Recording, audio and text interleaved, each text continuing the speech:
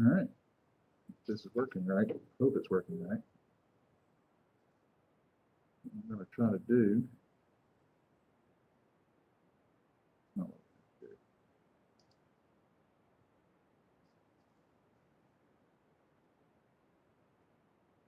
There we go. Let's see if I can record this. Send it out as I'm going over it.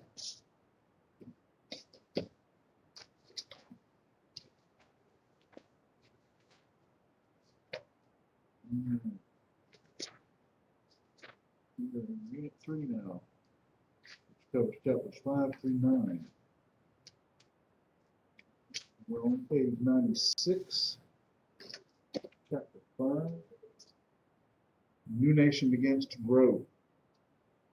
Let's cover 1763 to 1775, the period leading up to the American Revolution. That's actually one of my favorite chapters. After the French and Indian War, Great Britain tightened its control over the colonies. The British began a series of actions against the colonies that the colonists did not welcome. In this chapter, you will learn what the British did to the colonists and how the colonists reacted. We'll explain the purpose of the Proclamation of 1763. We'll identify the taxes the British placed on the colonies and how the colonists protested them. We'll explain what caused the Boston Tea Party. We're going to describe the acts taken by the First Continental Congress. Explain what happened at Lexington and Concord. Okay.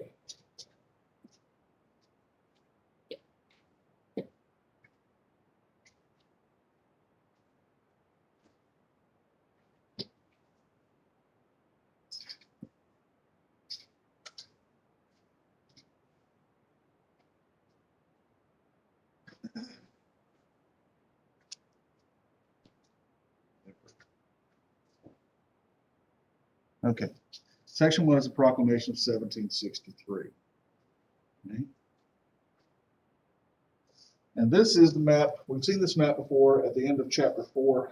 This is North America after the end of the French and Indian War, after 1763. Pretty much the French lose total control of everything they had in North America. There are still French colonists here, but now, because of the treaty they had with the French, they are now subject to English law, all right? Whether they wanted any say in it or not, they're now English citizens, all right?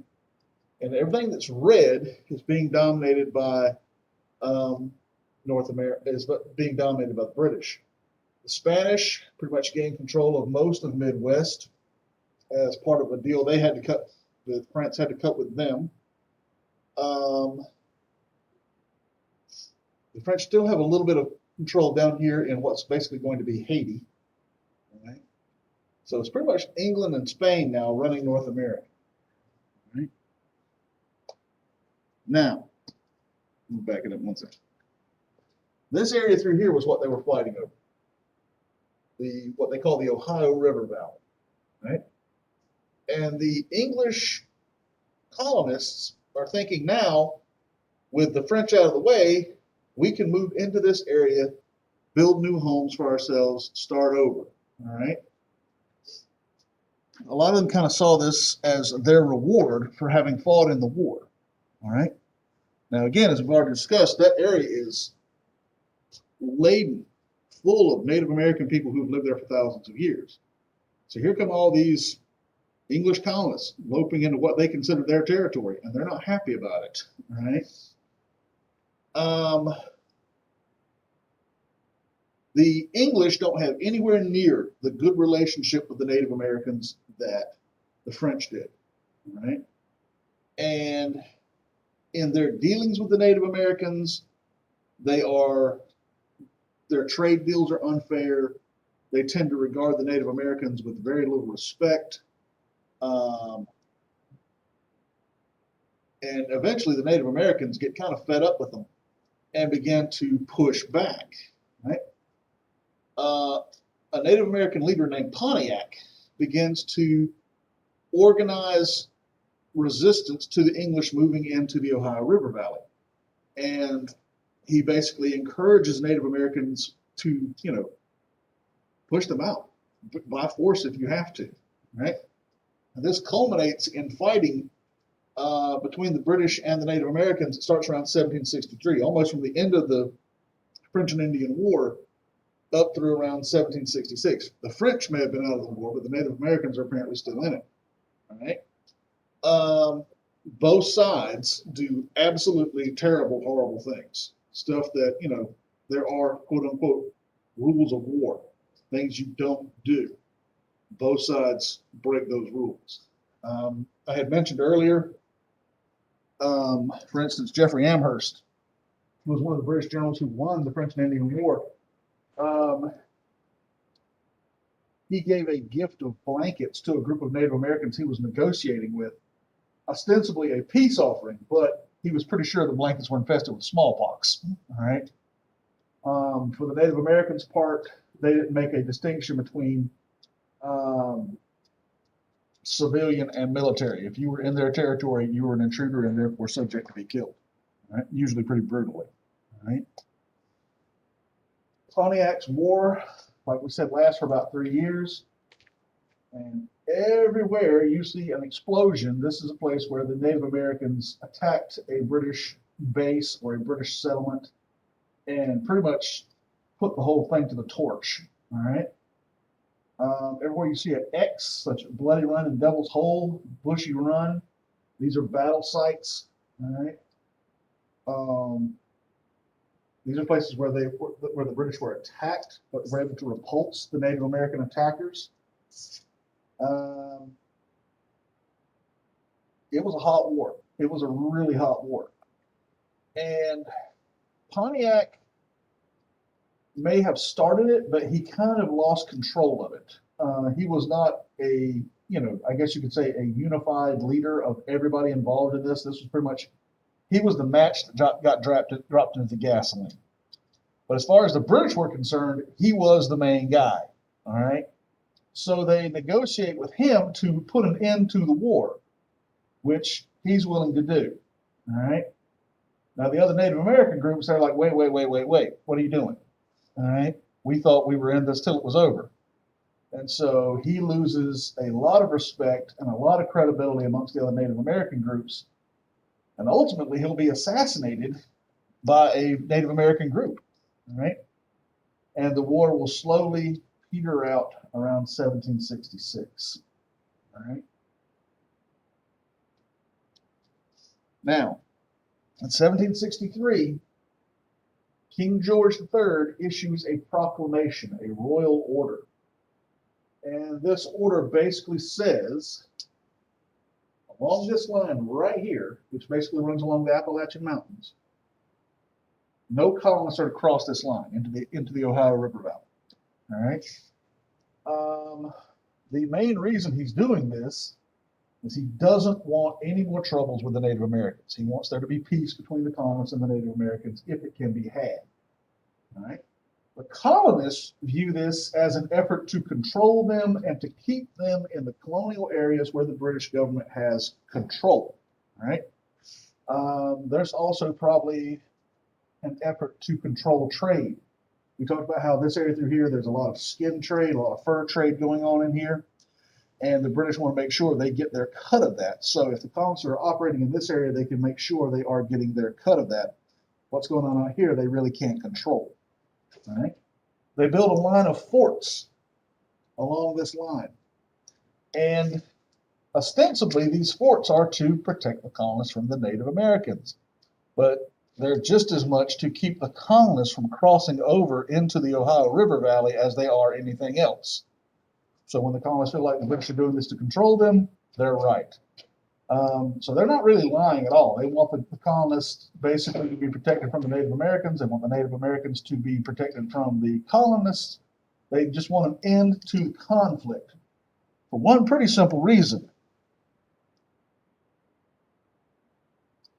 They're broke. All right. That war was expensive. All right. And even if they did gain all this territory, they're going to have to basically move troops into it to pacify it. They're going to have to build new forts to control it. All this is going to cost money. The war itself already cost money. Now it's going to cost even more money. So they want to basically make sure that, first off, the conflict comes to an end so that the money stops bleeding. But beyond that, somebody's got to pay for all this. So they issue new taxes on the colonists, not on the British citizens living in England, but on the colonists living in America. All right?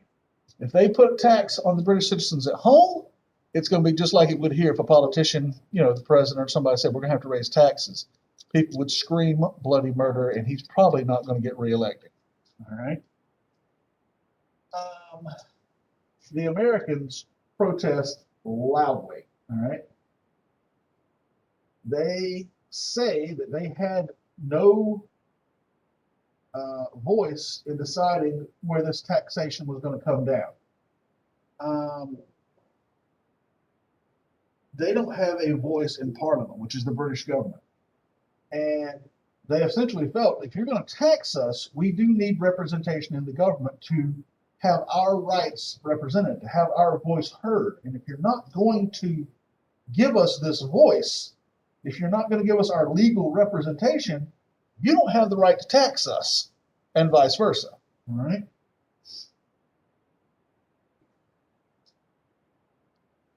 The British completely, totally ignore the colonists' protests. All right? Talks about it on page 98. All right, bottom up. All right?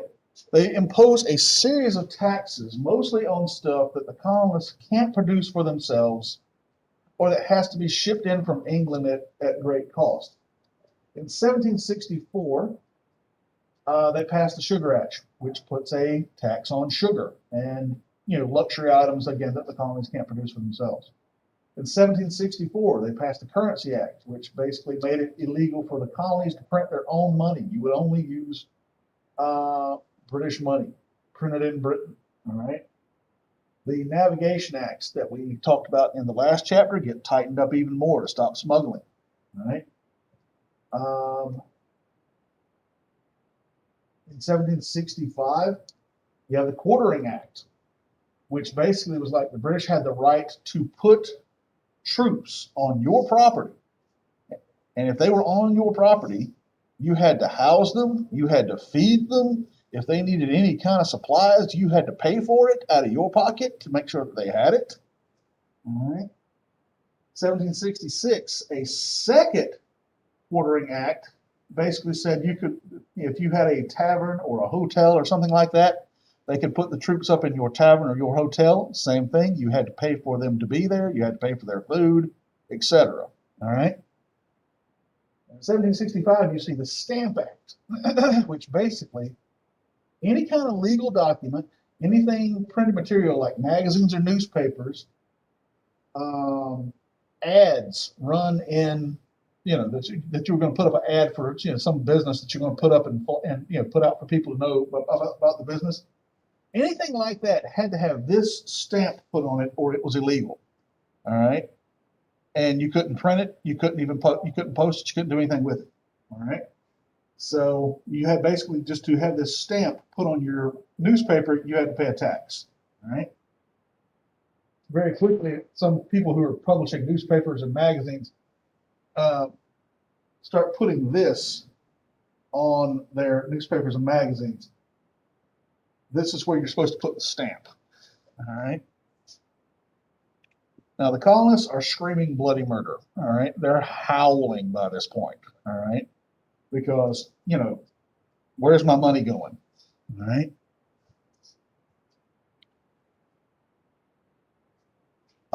They protest again that we are British citizens, and if we are British citizens, we are subject to the English Bill of Rights. Now, this is the closest thing the British have to a constitution like we have. It was written in 1689, and it basically talked about the rights that an English citizen has that cannot be taken away from them, not by the king, not by Parliament, not by anybody. Amongst these are freedom of speech, and to not have to pay tax without approval by Parliament, and that all people, including the government leaders, had to abide by the laws. All right, there again, they're saying all these taxes you're passing had to come through Parliament. We don't have a voice in Parliament. We have no control over this whatsoever. We have no say in this whatsoever. Therefore, under the English Bill of Rights, what you're doing to us is illegal. All right. The British protested that you are not, in fact, English citizens, you are colonists. All right. Therefore, you do not have a right to a voice in Parliament. And the colonists protested, but you're going to tax us like we were citizens. To which the British just kind of went. All right. So they did kind of do a kind of very left-handed compromise. They repealed the Stamp Act, but in 1766 they passed the Declaratory Act, which basically says Parliament has the right to tax and make decisions for the colonies, period. You don't have to worry about what the British common law says about you anymore. We've passed a new law that says we get to speak for you in Parliament and we get to pass whatever taxes on you we want. So they basically got around the law by making a new law that ignored the old law. All right. And the colonists didn't react well to that either. Right. Section 2 talks about the Townshend Acts. All right. The British elect a new Minister of Finance. This would be like the Secretary of the Treasury in America, Charles Townshend. And in 1767, he passes what the colonists come to call the Townshend Acts. He says, what we're going to do is we're going to attack the colonists. We're going to tax the colonists in a way that will not cause them offense. All right. It put a tax on any kind of imported goods. Again, stuff that the colonists could not produce themselves or produce easily. Glass, tea, paper. You had to pay this tax when the ship gets into port before you unload it. All right. But by this time, again, of course, this is like, okay, this is just another tax, another new tax. And by this point, any kind of tax at all is going to tick off the colonists. It doesn't matter if, this isn't something we're making, that you're making money off of, that you're taxing us for. This is stuff that we have to have, that we can't make for ourselves, and you're putting another tax on it. All right. So his idea of putting a tax on this that's not going to make anybody mad was obviously stupid. All right. A group begins to organize throughout the colonies, primarily in Massachusetts and New England, but it spreads pretty quick throughout the colonies. And they call themselves the Sons of Liberty. This is a secret organization. All right. They wanted the protests against what the British are doing to the colonists to become more active, is the word they used. They began to organize boycotts of British goods. Doesn't matter if they bring the stuff in here to sell to us, don't buy it. Doesn't matter how much you need it. If you can do without it, don't buy it. All right. They even resorted to violence. British officials, such as tax collectors, were attacked, mugged, basically. This guy right here, he gets tarred and feathered. All right. This is basically where you have boiling hot tar poured on your body, and then they throw feathers on you. All right. First off, you're getting burned badly from the fact that the tar's on you. Second, that stuff's not coming off easy once it's on. So you have to basically get scrubbed down with turpentine to get it off. There are violent protests in the streets, one of which actually resulted in the burning of a tax collector's house. They're outside the guy's house, and they are, raising Cain out there in front of his house. He comes to the window with a rifle and tells them if they don't get lost, he's going to start shooting. They get even louder, more angry. He sent me an email. He couldn't get here today, so I'm recording this. No Abdul, but I'm talking about Jay. Again? Marjavi? Marjavi, yeah. But he did contact me. They get louder. They get angrier. They start beating on his door like they're coming in after him, and he shoots. And when he shoots, they actually do. They get in there, they snatch him out of his house, they beat the hell out of him, and then they burn his house down. All right. Amongst the men who were members of the Sons of Liberty, Sam Adams, who more or less organized the thing up in Massachusetts, a veteran of the French and Indian War named Benedict Arnold, a Massachusetts merchant and tradesman named John Hancock, a Virginia politician named Patrick Henry, and a silversmith in Massachusetts named Paul Revere. And there's other guys, all these other guys, but those are like the big names that most people have at least heard of. All right. And again, we're talking about, mugging people in the streets, beating the crap out of them. You're talking about burning somebody's house down. The protests we've seen over the past 2 years have occasionally turned ugly, turned violent. People have been hurt. People have, people's property has been destroyed. This is really no different. Basically, you push people to a certain point, they're going to push back. All right. That's just how human nature works. So it's no different from what happened 2 years ago to what's going on here. The only distinction is who wins. Right? If the British had won the war, probably all these guys would have been labeled as traitors and terrorists and killed. But the Americans won. So we look at these guys and we call them the founding fathers, we call them patriots and heroes. Right? It all depends on which side of the coin you're looking at. All right? In 1770, things kind of come to a head with the Boston Massacre. All right? There is another protest outside of a British tax house, basically a place where they basically collected taxes on ships coming in with cargoes. All right? This is in Massachusetts, Boston, Massachusetts. There's a single British guard standing outside the place protecting them.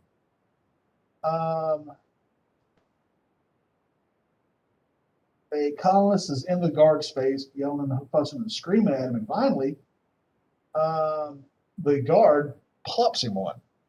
All right. Later, a big crowd gathers, and they begin to throw stuff at the soldiers. Some people say it was just snowballs. Some people say it was, hard objects that could actually hurt the guy. And they're cursing at him and yelling at him. More troops arrive on the scene, and they're to tell the crowd, if you do not disperse, we will fire into you. And they actually say, shoot it, fire if you dare. They don't actually believe the soldiers are going to shoot at them. Now, some people say that maybe somebody in the colonists threw something, hit one of the guards. They basically fired back, or maybe one of them panicked and shot first. I've even read an article that said somebody in the crowd shot at the guards. We don't know 100% for sure, but most people agree that most people feel like the colonists were in the right, the guards were in the wrong. The guards fire into the crowd with live ammunition. They kill 3 men instantly. 2 more are wounded. And Boston just about catches fire. These 5 men, including Crispus Attucks, who was the first man who died, are considered to be the first casualties of the American War for Independence, right? And they're buried all together, all 5 of them, in the same grave. Right? Samuel Gray, Samuel Maverick, James Caldwell, Crispus Attucks, and Patrick Carr. Right? The Sons of Liberty, particularly Sam Adams, they run with this like you wouldn't believe. They send out newspaper articles, pamphlets, anything any way they can tell the story of what happened at this particular spot right here, and it's still there to this day in Boston. They let the whole all 13 colonies know what happened in Boston. And the temperature goes way up, way up, particularly in New England. All right. They paint the British soldiers out to be murderers, oppressors, proof that the British have no interest in treating the Americans as even human beings. All right. They paint them in the worst possible light they can. All right.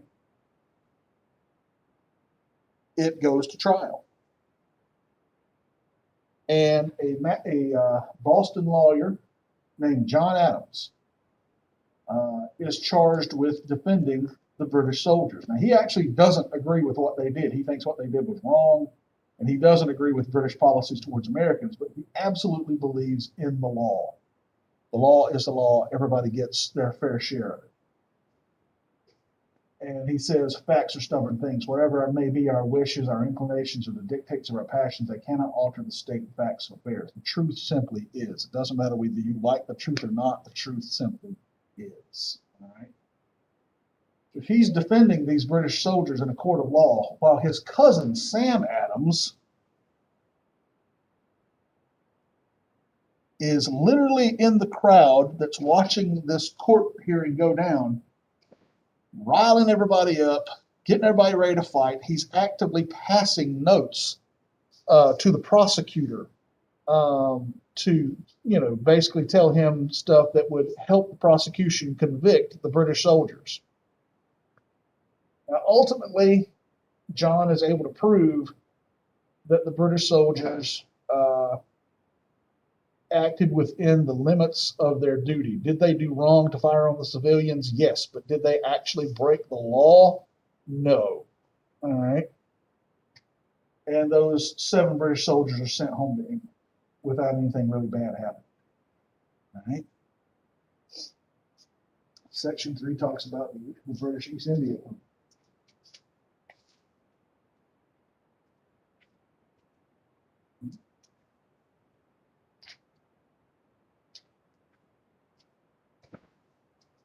Now, the East India Company was a British corporation, joint stock company, that was formed for the purposes of trading in the East Indies, in India, the Middle East, and China. Right? Remember, we're going all the way back to chapter 2 now, talking about how they wanted to trade in the Far East. All right. This company got so big that for all intents and purposes, it had its own private navy, its own private army, and in every legal sense, it more or less owned and ran India. All right. And it's got so much power that it can pretty much do what it wants, and the British government isn't going to interfere too much so long as the money keeps coming in. All right. Now, however, around 1757, the company begins to lose money. It's headed for bankruptcy. It got too big to essentially operate effectively. And this thing is such a cornerstone of the British economy that it's deemed to be too big to fail. If this thing goes under, it's going to tear the British economy to pieces. This is very similar to what happened around 2008, where we had what they called the Great Recession. You were probably not even alive then, were you? You said 2008. Yeah. How old were you? Okay, you don't remember, or you probably don't.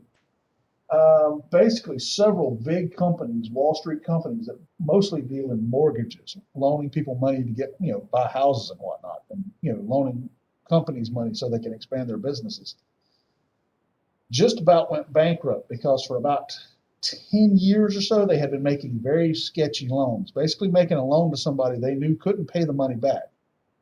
Okay, well, if they can't pay the money back, we'll just take their property. Then we'll sell the property to somebody else and make more loans. All right, it's called predatory lending. They're not going to be able to pay it back. You're loaning the money so you can basically take their property away from them when they can't pay the loan back. Well, this became to be kind of the way it was for a while. But eventually, just like with the East India Company, it got too big. And it was felt like if these companies fail, it's going to destroy the American economy. So the government stepped in and bailed out those companies. All right. Same thing happened here. the British government steps in to bail out the East India Company. And the way they do this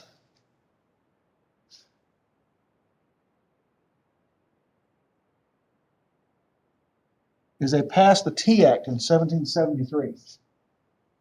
And it basically gives the British East India Company the exclusive right to trade tea in America. All right.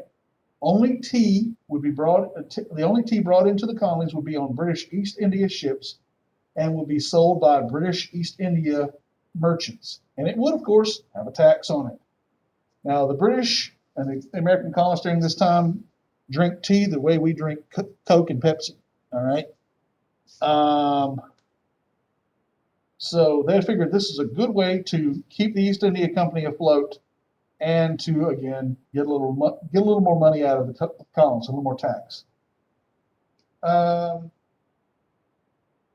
the colonists are already kind of used to not buying tea from the English to start with. It's cheaper for them to smuggle it in through Holland and avoid the taxes altogether. But now here comes the Tea Act. All right. To protest this, the Sons of Liberty in 1773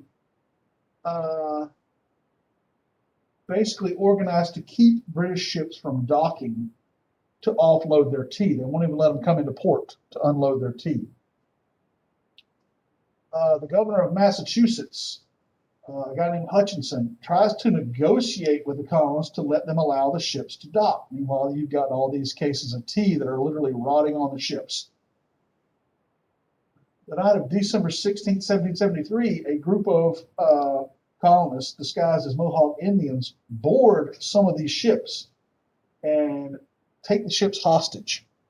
And over the course of about 3 hours, they take, all this tea and just throw it overboard. All right. If you put it in modern money, we're talking about $330,000 worth of tea. All right. And then once they had done this, they stay on the ships while British troops amass on the docks. And what they want is they want a fight. They're trying to pick a fight with the British. They want another Boston Massacre, only this time they're going to shoot back. All right. Again, something to make the British government look absolutely horrible in the eyes of the colonies. Hutchinson is smart enough to figure out they want to fight. I'm not going to give it to them. So he orders the troops to disperse, and eventually the Sons of Liberty sneak off on their boats and get away.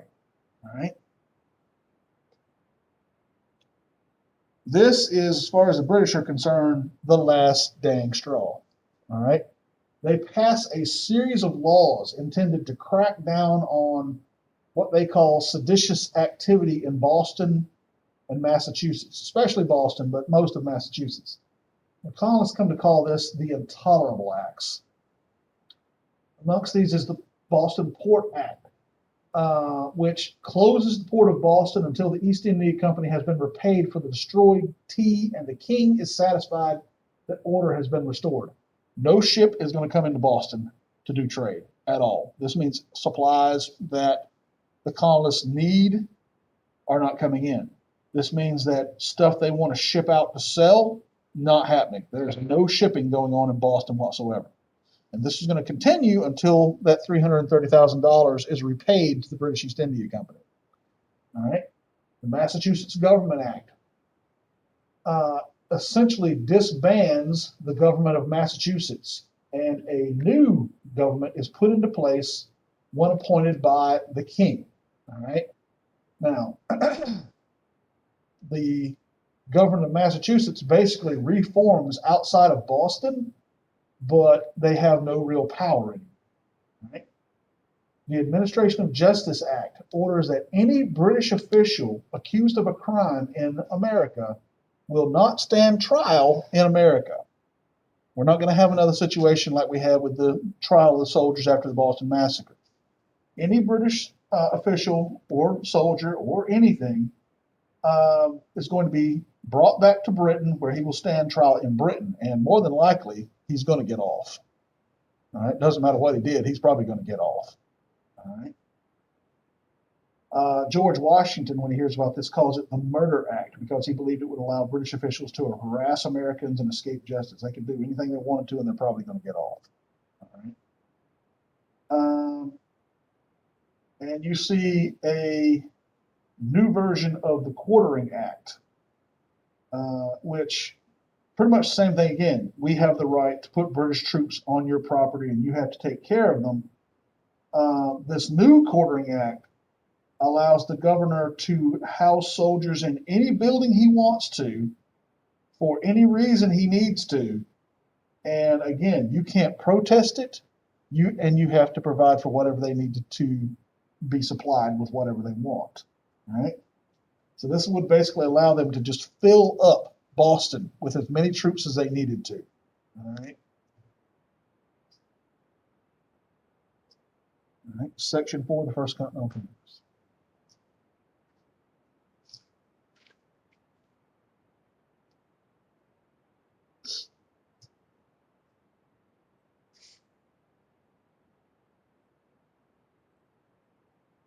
Oh, yeah. This is the one I needed to go back and redo. Okay. The First Continental Congress is a meeting in Philadelphia with representatives of all 13 colonies coming together to figure out how to address the worsening situation between the colonies and the British. Right? You've got 56 representatives, all 13 colonies. It includes George Washington, Patrick Henry, Sam Adams, John Jay, Thomas Jefferson, Ben Franklin.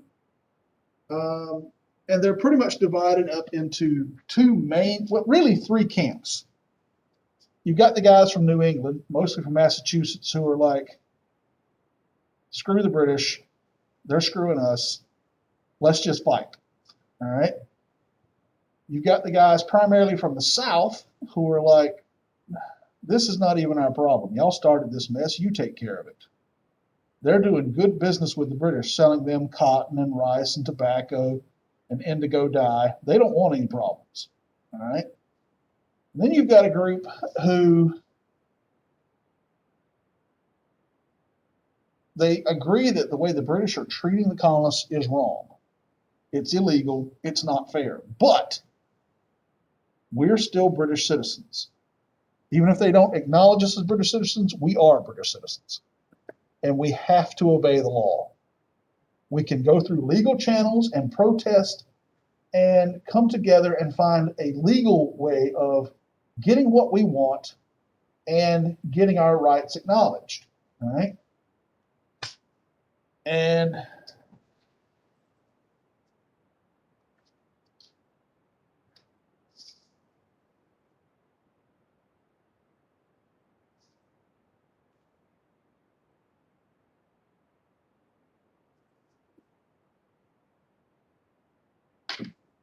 probably easier to do it this way.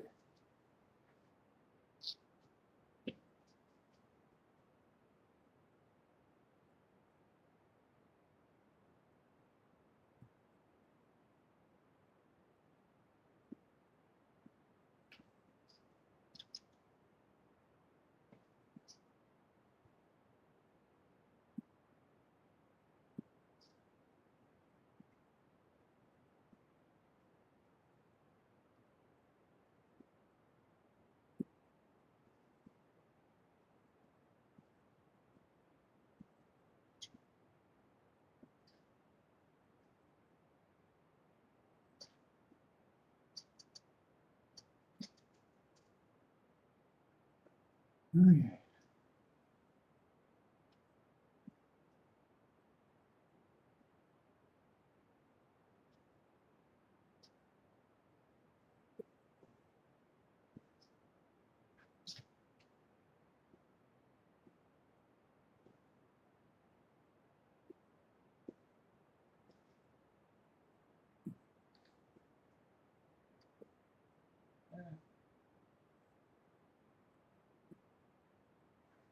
And again, it kind of almost goes by the regional lines. New England is like, let's kick the tires and light the fires. All right. The middle colonies are like, no, we have to do this by the law. And the South is like, we're making money, we don't care. All right. Ultimately, what they decide to do is they're going to continue the boycott of British goods. Anything that they can live without, they're not going to buy from the British. and they're going to send a letter to the king asking for his intervention, saying, we are British citizens, we are loyal to the British Empire and to you as our king, but we want our rights as British citizens acknowledged. All right.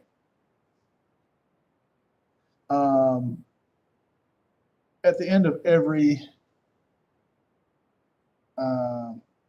meeting, they would say, God save the king. And at the end of this meeting, Sam Adams has basically heard the mutter under his breath, God blank the king. All right. All right. Now, the battles of Lexington and Concord.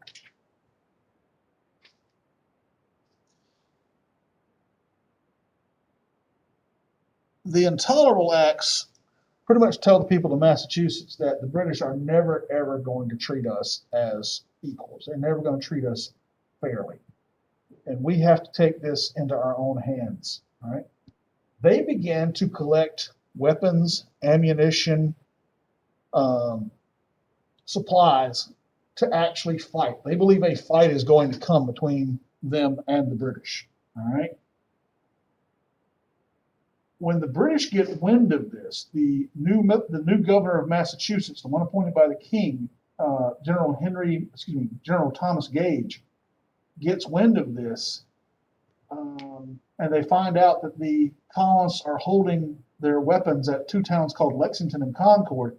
He sends in a body of troops under Colonel Francis Smith to take those weapons away from the colonists. Now here's the interesting bit. Gage's wife is an American, and she's a member of the Sons of Liberty. She's a spy. And so she passes along to the Sons of Liberty what the British are planning to do. All right. So 3 riders are sent out from Boston to warn the colonists at Lexington and Concord that the British are coming, and to alert all the little local groups that are forming to be ready to fight. They send out Paul Revere, William Dawes, and Samuel Prescott. We don't even have a picture of Samuel Prescott. Now, the one whose name everybody has heard of is Paul Revere. Probably never heard of William Dawes or Samuel Prescott. Right? So they're riding through the towns. Dawes goes this way, Revere and Prescott go this way.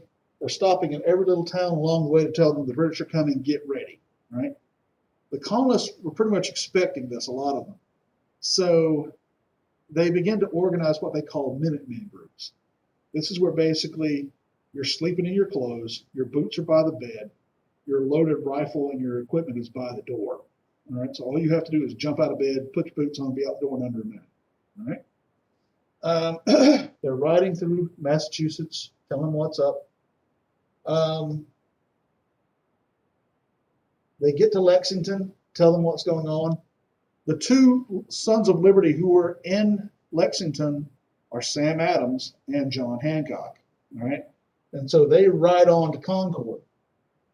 And a group is left behind in Lexington to basically just slow the British down. Between Concord and Lexington, they get caught by British troops. Revere gets captured, Dawes turns back, but Prescott is able to ride on through and get to Concord. All right.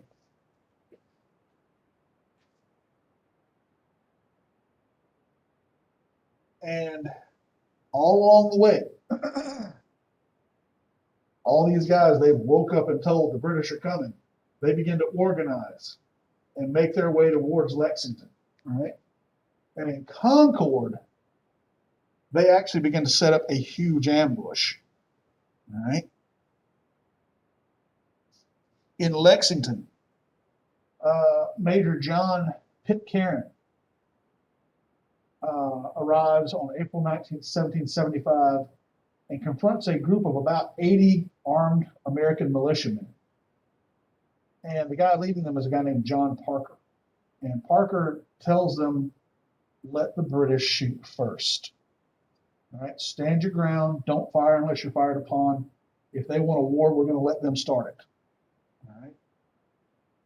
I don't know if I'd have the guts to do it. I don't think I would have the guts to do it. I don't know if I could just stand there and let somebody else take the first shot. Pitcairn orders them to surrender and lay down their weapons. Parker refuses. Legend has it he starts singing some old Irish war song. And when they refuse to lay down their weapons, Pitcairn orders his guys to open fire. The British basically drive them off. 8 of the militiamen are killed. Parker himself, if I remember correctly, is killed. And we don't know who shot first, although most people believe it was the British who shot first. And they call this the shot heard around the world because, for all intents and purposes, this is the beginning of the American Revolution. Now, again, we're getting moving forward. After they don't find anything in Lexington. The colonists pulled everything out of Lexington and moved it down to Concord. So they move on to Concord. And again, Prescott has ridden ahead. He's told them they're still on their way. Get ready. All right. There is a bridge. All right. The Old North Bridge. All right. And wait a minute, no, it's over here. This is where the colonists set up their ambush. It's a narrow bridge. You can maybe get 2 guys walking across at the same time. And the colonists basically are hiding in the trees and behind bushes and whatnot. This is not going to be a fair fight. They're not even going to attempt to have a fair fight. As the British get onto the bridge, they've got a good number of them up on the bridge. The colonists spring out from wherever it was they were hiding and just unload on the British. All right. Over 250 of the British soldiers are killed. And from there, I'll get to this in just a second. Yeah. They literally chased the British all the way back to Boston. All right. And all along the way, all those groups of guys who were organizing and rushing to join the militias at Lexington and Concord, they ambushed the British along the way. They get jumped again and again and again and again, the whole way back to Boston. They get mauled. Right? One story I particularly love from Concord. There's this 80-year-old guy named Samuel Whitmore. He kills 3 British soldiers in this conflict. He himself is bayoneted, beaten with rifle butts, and left for dead. But the old guy lived. He recovered. He fought in the war and lived to be 98 years old. That's a tough old buzzard. All right. And at this point, the colonists who were ready to fight, they start flying this flag. At this point, they believe that the only thing left is an appeal to heaven, a prayer to God to support us in what's about to happen. All right.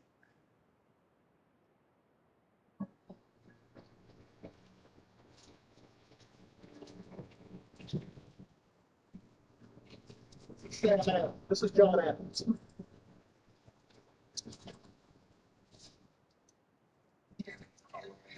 This is right around this point right here.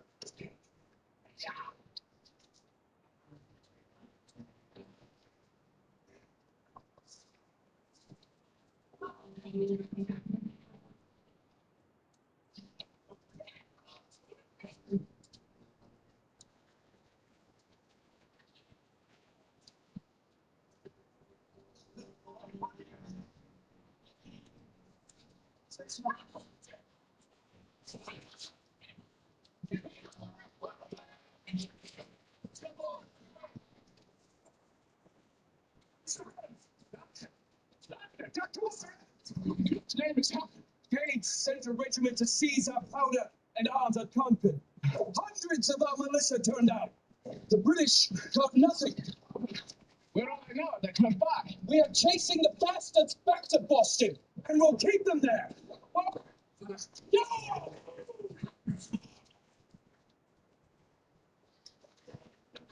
Not infection soldiers. Just mostly farmers. Maybe some of them were veterans of the French Indian War, but not in any way professionally trained soldiers.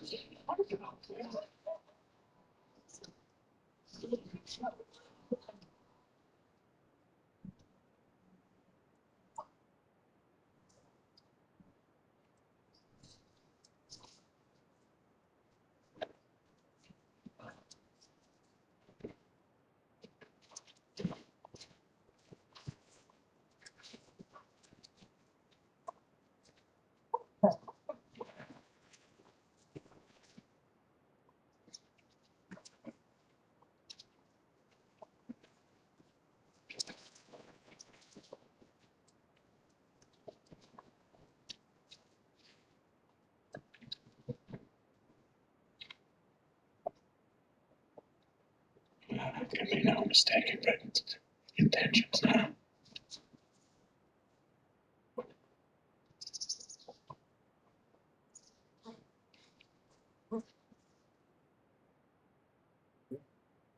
Now, what the Continental Congress had said was that we'll meet again in a year and discuss the situation, see how things have progressed from here.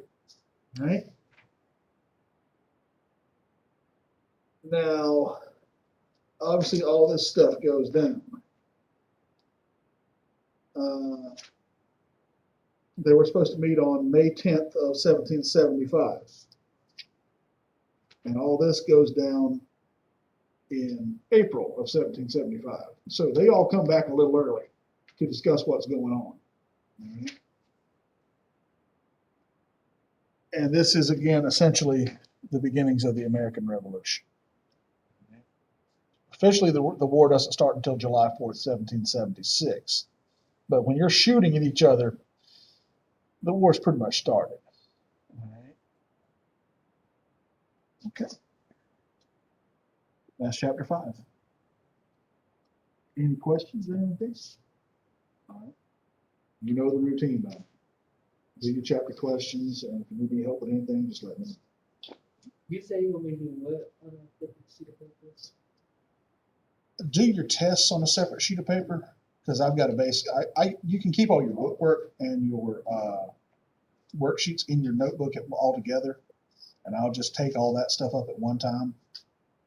But the test, they want that to be on a separate sheet of paper.